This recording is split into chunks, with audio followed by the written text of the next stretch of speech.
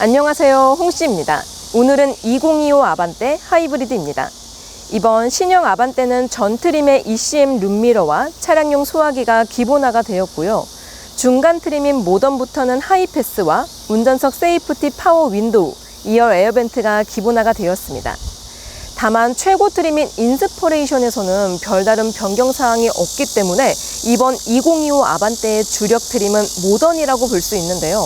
또한 기존 인텐스 블루가 삭제되면서 코나부터 적용된 미라지 그린으로 대체, 이제 세이지 그린 인테리어와 톤온톤을 맞출 수 있게 되었다는 점도 신형 아반떼의 특징이라고 볼 수 있습니다. 짠! 이번에는 실내입니다. 이번 2025 아반떼의 실내 컬러는 블랙 원톤과 캐시미어 베이지, 세이지 그린까지 총 3가지로서 지금 보시는 차량은 블랙 원톤입니다. 시트 재질은 천연 가죽이 들어갔기 때문에 촉감이 부드럽고요. 신형부터는 여기 운전석 보조 패널이 직물로 마감이 되면서 자석을 부착할 수 있게 변경이 되었습니다. 활용도는 아이오닉 시리즈처럼 쏘쏘할 것 같아요. 다음으로 스티어링 휠을 비롯한 파노라마 디스플레이와 앰비언트 라이트 등 전체적인 레이아웃은 2024와 동일합니다. 현재 보시는 차량은 하이브리드로서 인포테인먼트에서 에너지 흐름도와 평균 연비 등 전용 콘텐츠를 열람할 수 있지만 패들 시프트 부재로 인해 회생제동 단계 조절은 할 수가 없습니다. 이 부분이 가장 아쉽고요. 다음으로 유지비의 경우 연간 191만원 수준으로서 가솔린 대비 연 66만원 정도를 아낄 수가 있습니다. 다만 차값 상세 차익이 크지 않아서 상세 기간은 7.4년으로 연비 외에도 공영주차장 50% 할인 등의 부가 혜택을 종합적으로 고려해서 선택하시는 게 좋다고 생각됩니다. 다음으로 2열은 수치상 K3보다 전고를 제외하면 모든 면에서 크고요. 동급이라고 볼 순 없지만 EB3 대비로는 전장과 휠베이스 면에서 더 큽니다. 다만 내연기관과 전기차 특성상 실제 거주성은 비슷하게 느껴지고요. 키 165cm 여성 기준으로 최대 레그룸은 2뼘, 최소 레그룸은 주먹 하나, 헤드룸은 주먹 하나 정도가 나옵니다. 주요 편의 옵션으로는 C타입 USB 포트, 에어벤트, 열선과 암레스트가 포함된 컵홀더가 있어요. 참고로 아반떼 하이브리드와 가솔린의 차이점은 외관상으로는 없지만 서스펜션이 가솔린에서는 토션빔, 하이브리드에서는 멀티링크가 들어갑니다. 가솔린에서는 N9을 추가해야지 멀티링크가 들어가요. 따라서 하이브리드는 모터로 인한 가속감 향상과 함께 연비엔 승차감이 장점이라고 볼 수 있습니다. 이 부분은 잠시 후에 시승할 때 자세히 설명드릴게요. 이번 2025 아반떼는 2024 대비 평균 26만원이 인상이 되었습니다. 이는 가솔린이나 하이브리드나 동일하지만 별다른 변화가 없는 인스퍼레이션에서의 8만원은 이해가 조금 어렵습니다. 아무튼 현재 아반떼 하이브리드는 인스퍼레이션의 무옵션 조합으로 3,092만원에 가장 많이 팔리고 있습니다. 물론 이렇게 사면은 천연가죽 시트와 보스 오디오, 서라운드 뷰 등 충만한 옵션은 좋지만 소나타 하이브리드와 그 돈씨가 발생하게 되는데요. 따라서 홍시픽 가성비 추천 견적을 짜보면 트림은 모던으로 한 등급 내리고요. 선택 옵션은 스마트 센스 하나만 넣어서 2,820만원에 사시는 걸 추천드립니다. 일단 모던 트림부터는 10.25인치 내비게이션과 고속도로 주행 보조, 통풍 시트와 앰비언트 라이트도 들어가고요. 2025부터 추가된 2열 에어벤트와 파워 윈도우, 하이패스까지 구성이 아주 탄탄한 편에 속합니다. 여기에 스마트 센스로 후측방 충돌 방지 보조와 후방 교차 충돌 방지 보조 등 안전만 조금 더 보강한다면 270만원 정도를 아끼면서 소나타와의 갭도 벌릴 수가 있어요. 자, 그럼 시승을 나가볼게요. 고! 짠! 저는 아반떼 2025 하이브리드를 타고 있습니다. 제가 시승 중인 차량은 인스퍼레이션에 17인치 휠, 거의 모든 옵션이 들어가 있는 풀옵션 차량입니다. 참고로 빌트인 캠도 탑재가 되어 있어요. 방직턱을 넘으면서 승차감을 느껴보겠습니다. 방금 방직턱은 높이가 살짝 높았는데요. 다시 한번 넘어볼게요. 이렇게 방직턱을 넘고 나서 잔여와 진동이 거의 없습니다. 뭔가 좀 묵직하고 하체 밸런스가 잘 잡혀 있다라고 느껴지는데요. 이렇게 방지턱을 넘고 나서 충격이 운전자에게 크게 전해지는 타입이 아니기도 하고요. 또 한 번 더 넘어볼게요. 이렇게 방금 방금은 한 시속 30km 정도로 넘었는데 7세대 부분 변경이 되면서 하체가 조금 더 부드러워졌거든요. 근데 하이브리드 같은 경우는 이 전기 모터가 추가가 되어 있다 보니까 공차 중량이 가솔린과 비교했을 때 약 90에서 95kg 정도가 무겁긴 합니다. 그리고 전기 모터가 전륜이 아닌 후륜 쪽에 탑재가 되어 있기 때문에 무게 밸런스가 상당히 안정적이다라고 느껴져요.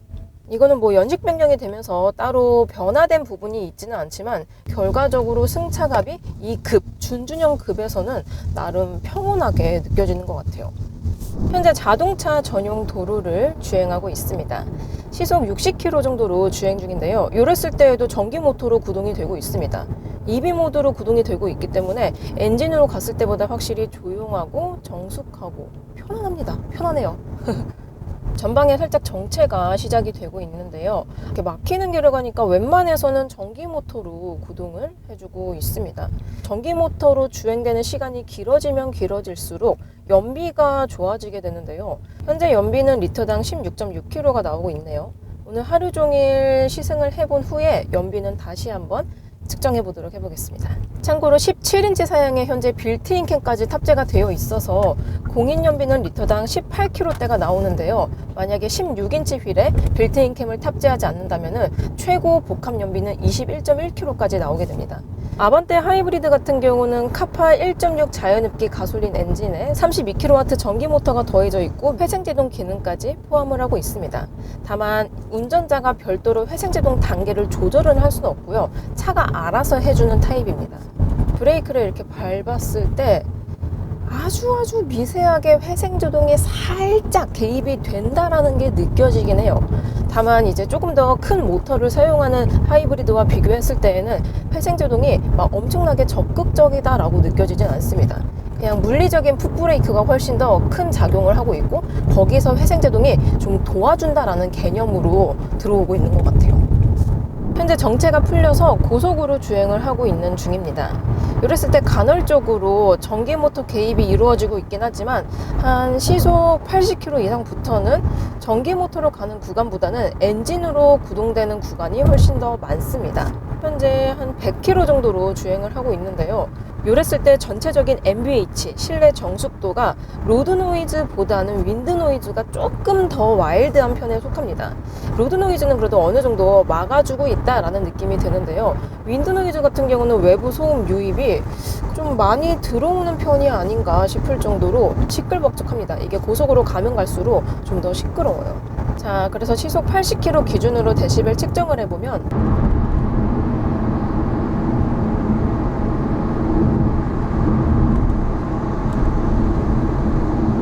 이 정도 데시벨이 나옵니다. 그럼 동일하게 시속 80km에서 윈도우도 한번 내려볼게요.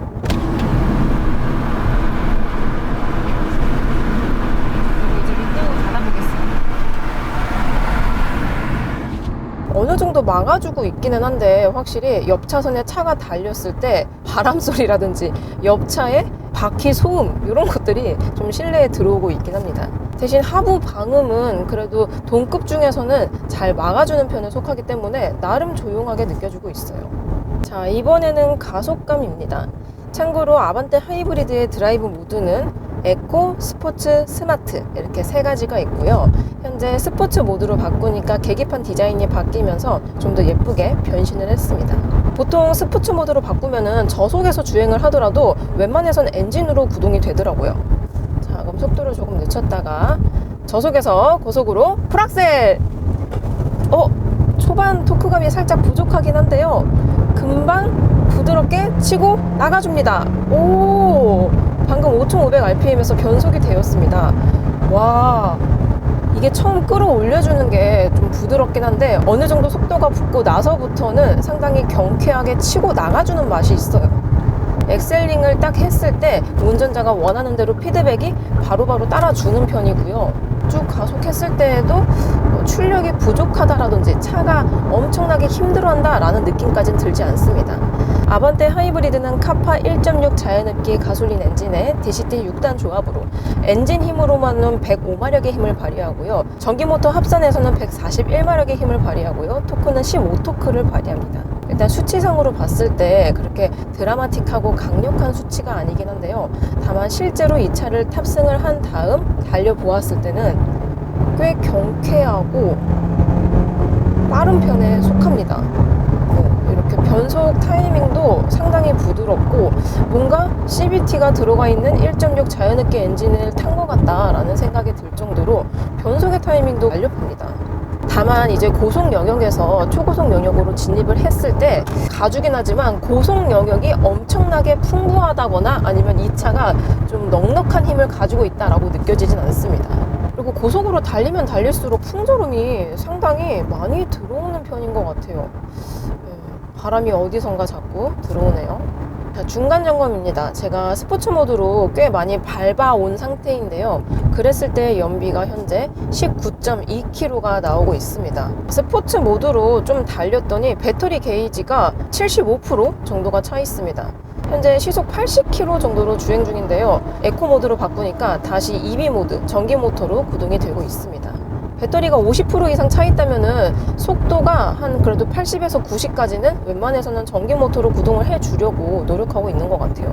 보통의 하이브리드 차들은 전기 모터 주행을 적극적으로 사용하려면 두 가지 요건이 필요합니다. 공차 중량이 적게 나가던가 아니면은 전기 모터 용량이 크던가 이 둘 중에 하나만 충족이 되더라도 연비도 잘 나오고 전기 모터의 주행 시간도 늘어나게 되는데요. 아반떼는 전기 모터의 용량보다는 그래도 공차 중량이 조금 라이트한 편에 속해서 연비도 잘 나오고 전기 모터의 주행 시간도 많은 편인 것 같습니다. 참고로 아반떼 하이브리드의 공차 중량은 1300km대예요. 현재 유턴 존에 와 있는 상태입니다. 지금 제가 타고 있는 차량은 360도 어라운드 뷰 시스템이 들어가 있어서 이렇게 탑뷰도 보여주고요. 사각지대 시스템도 있습니다. 그리고 화질도 정말 선명해요. 윗급하고 비교해도 비슷할 정도로 꽤 선명하기 때문에 이 옵션은 있으면 좋을 것 같긴 합니다. 한 번에 유턴을 해보도록 할게요.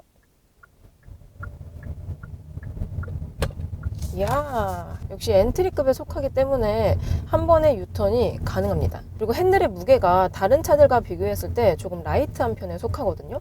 그래서 그런지 운전자가 느꼈을 때 핸들링이 어렵다고 느껴지진 않아요. 전방에 코너가 있기 때문에 아반떼 하이브리드의 선의 능력을 살펴보겠습니다. 드라이브 모드는 스포츠 모드로 세팅을 해뒀고요. 시속 70km로 코너를 돌아볼게요.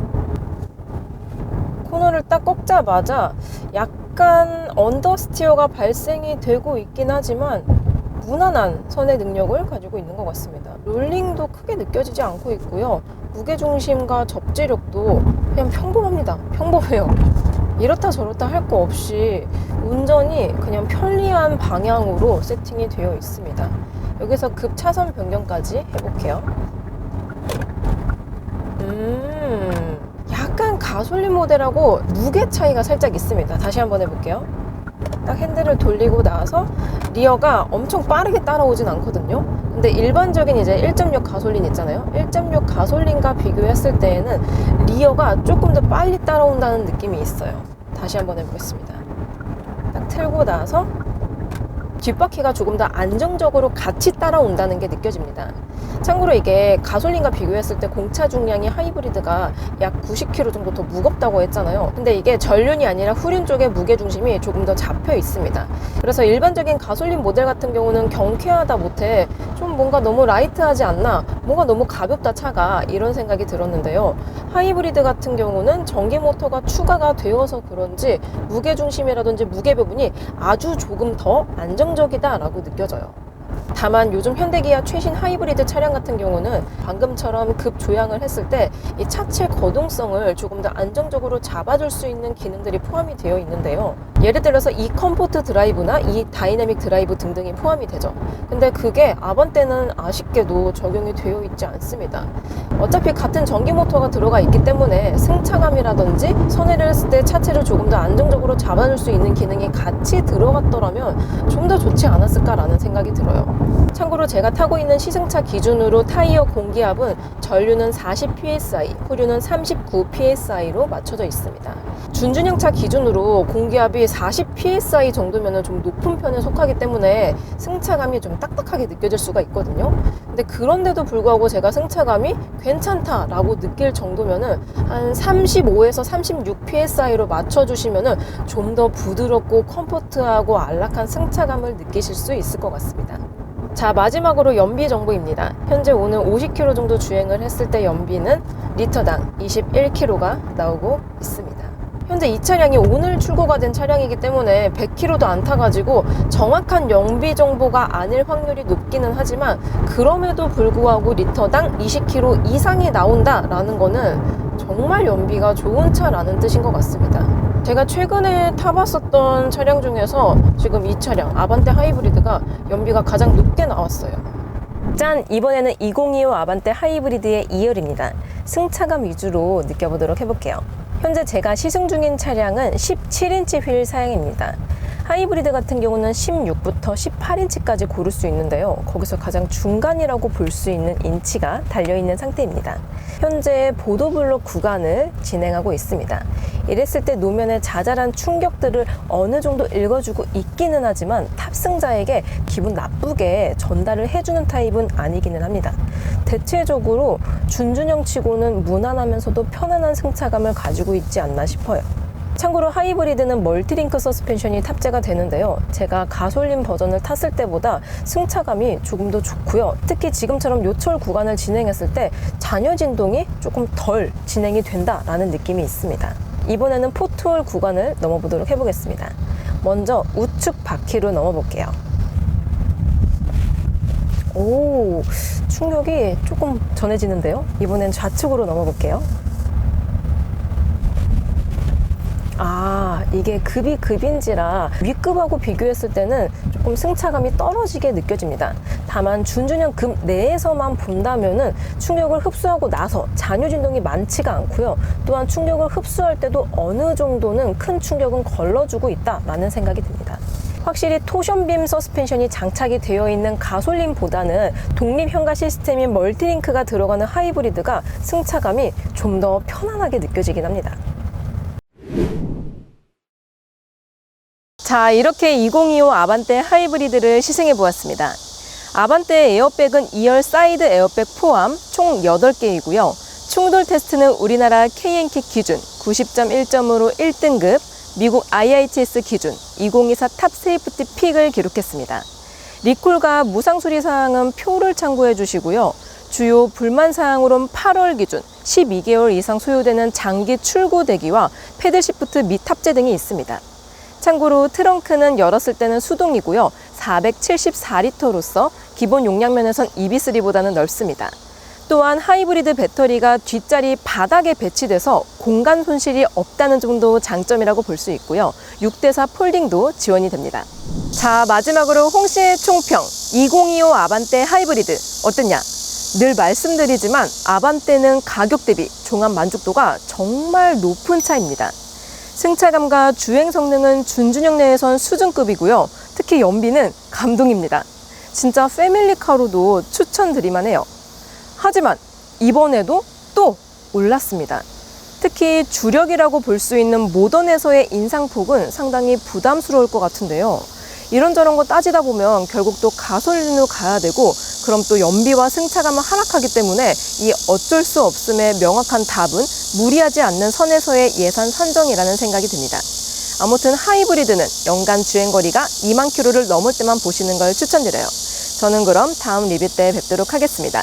오늘도 저의 영상이 재밌고 도움이 많이 되셨다면 좋아요와 구독, 그리고 알림 설정까지. 다음 시간에 또 뵐게요. 안녕. 빵!